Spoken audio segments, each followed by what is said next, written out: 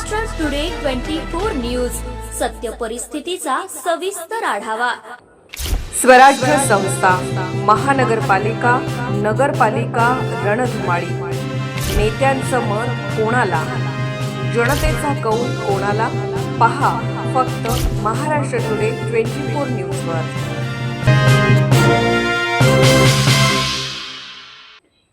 पुण्याच्या नवरदेवास परभणीच्या नवरीने फसवले, 3 लाख रुपयांचे दागिने घेऊन पसार, गुन्हा दाखल। चहासाठी थांबले अन नवरी पळाली। परभणी शहरात लग्न जुळवण्याच्या नावाखाली फसवणुकीचा धक्कादायक प्रकार उघडकीस आला आहे।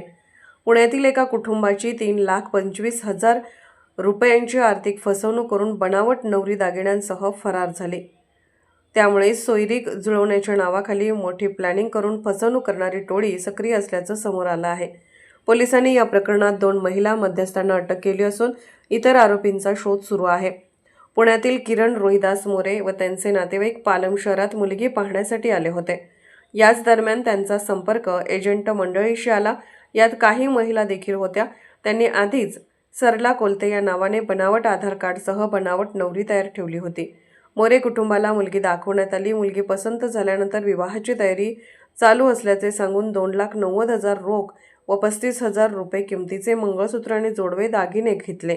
त्यानंतर 3 डिसेंबर रोजी केरवाडी शिवारातील हनुमान मंदिरात लग्न लावून दिले। त्यानंतर नवरा नवरीला कारमधून पुण्याकडे रवाना करण्यात आले। मात्र खरा घात यानंतरच झाला। त्यांच्या मागे दुसरी गाडी संशयास्पद हालचाली करत असल्याचे त्यांच्या लक्षात आले। नवरदेव आनंदात नवीन संसाराची स्वप्ने पाहत होता, पण त्याच्या कुटुंबाला कल्पनाही नव्हती की त्याच्या गाडीचा पाठलाग करणारी दुसरी गाडी ही खोटं लग्न लावून देणाऱ्या टोळीतील लोकांची आहे।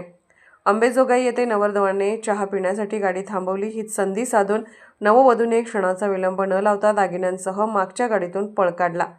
नवरीचा सर्वत्र शोध घेऊनही ती न सापडल्याने नवरदेवाच्या कुटुंबियांनी शेवटी पालम पोलीस स्टेशन गाठले।